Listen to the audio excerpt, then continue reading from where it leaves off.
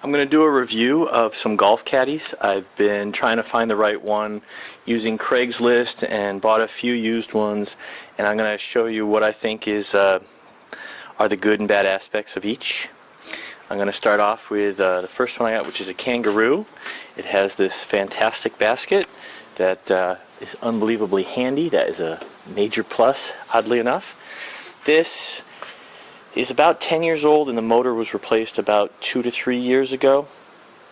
It is unbelievably sturdy and easy to access. The person who uses this completely had a golfer's design in their head when they did this. You're constantly using this dial up and down while you drive it. This is not remote controlled. It is a little wider than the other ones, and it is unbelievably nimble and easy. You just lift it up. I have a heavy golf bag, this Bennington, which has this rubber in between each club so they don't touch or rattle while you're driving it, while you're playing with it. So that affects my opinion on these three, because this is not a golf, just a stand bag. This is a cart bag. This thing, you can see how sturdy this is. Look how thick this is. And this actually goes up and down a little bit. I unscrewed it because it was significant for how it went through here as to not hit here, and was a much better place, and only because I can move that. And this is unbelievably strong.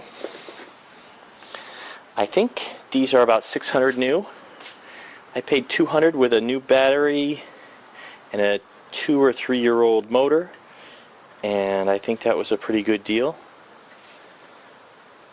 Next, I will post the exact model of this. I don't want to say exactly who it is, because I think that it was originally Pacific Rim, but I think they went out of business and sold this to somebody else. And this design is around quite a bit. It's also, I think, the XBAT 3. They tell you it's 200 watt motors, but this thing is not very powerful. This front wheel does not pivot, which for remote control is kind of a big deal. This thing, when I put my bag on it, this thing does fold down nicely and easily, and this locks here, but it's not very strong, and so you wouldn't lift it up that way anyhow. So I don't know why it locks.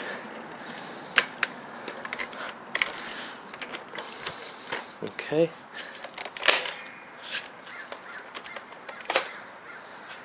That's together. This blue light comes on when you turn it on. You can also use this without the remote. It's not as good as the kangaroo. But here's there's two reasons why I'm selling this. And I even told the person on Craigslist why I didn't like it. I didn't think this, you can kind of hear that as it moves.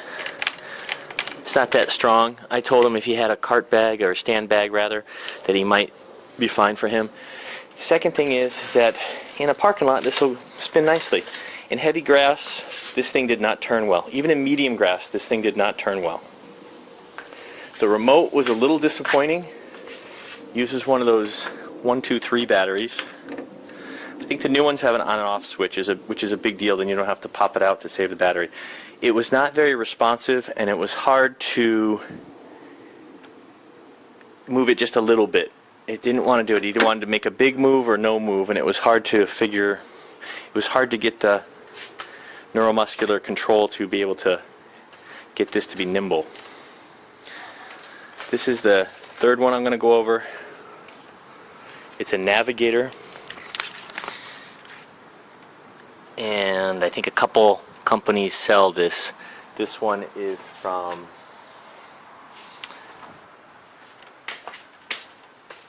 MGI. Check out this 1980s TV remote. That's exactly the look and feel, but this remote kicks ass. This thing is very sensitive. You can, if you just touch it just a little bit, it'll go just a little. This thing has plenty of speeds when you go faster, and you keep hitting faster. It has probably like maybe 6 different levels of speed, which is very handy. This does clip on the side after it pops up. You'll recognize this. I said there's a couple companies will recognize it by that, but they have nice this. If I hit stop on this, it immediately stops, where on the previous one it wasn't completely responsive.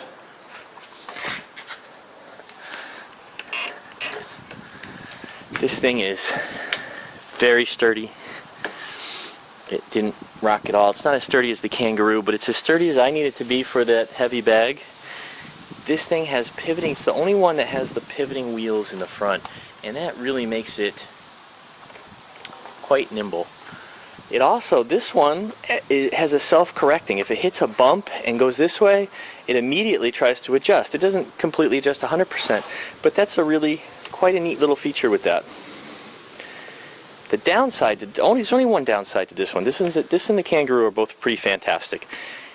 The only downside to this one is when you're going slow and you're trying to go in a certain area, it's not very nimble if you're like starting to play and you're going through where the driving range is and you want to go really slow, because it has a hard time on concrete because it does go left and right so quickly. This one also is made in Australia. In case you see a couple models like this, they'll all be made in Australia. The other thing with this is the battery on both this and the kangaroo, neither one gave the battery feedback. Only on this other model, which I said I'll post the current model. I think it's a Claxton, but I'll put it on YouTube.